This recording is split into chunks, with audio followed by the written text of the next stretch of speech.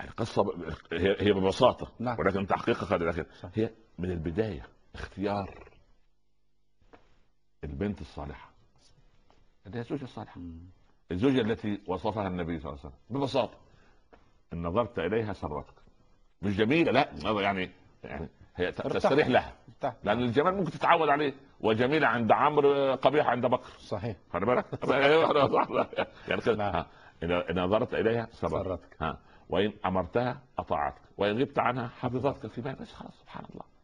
من اطاعت ربها واطاعت زوجها حسنت فرجها وصامت شهرها دخلت بفضل الله الجنه باذن ربها. خلاص، سبحان الله.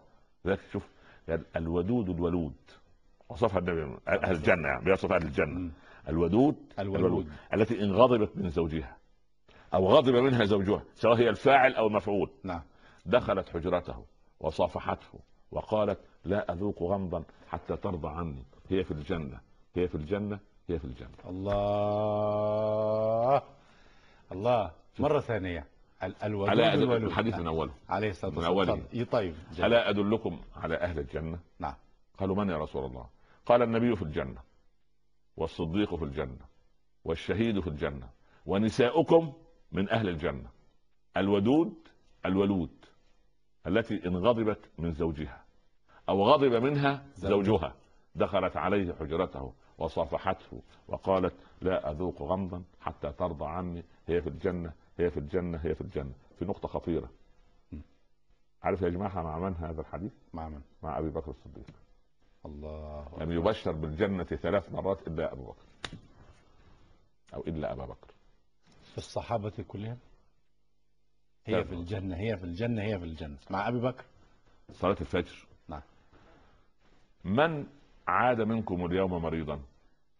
فعمر الرسول يا رسول الله. عمر يضحك يقول: يا رسول الله، احنا جايين من البيوت يعني في عيادة مريض قبل الفجر.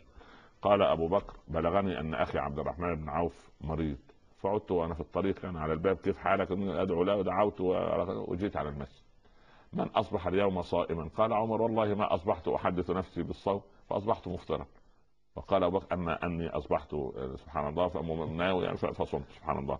فقال: من اطعم اليوم مسكينا؟ قال عمر: يا رسول الله، يعني هو الشحاتين واقفين متساويين على الباب عامل زي 2007 ميلاديه، ما المتساويين الظهر على العصر. قال ابو بكر: انا في طريقي رايت كسرة في يد ابن عبد الرحمن بن ابي بكر حفيده، وعلى الباب مسكين، فاخذتها من يد حفيدي اعطيتها مسكين. قال: من صنع الثلاثه فهو في الجنه، هو في الجنه، هو في الجنه. وكأنها مفصلة على أبي بكر.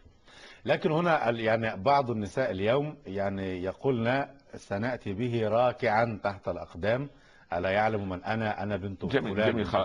دي بقى تجيب مريم توديه ورا الشمس. ما دي تنجب مريم موديل 2007 خلاص.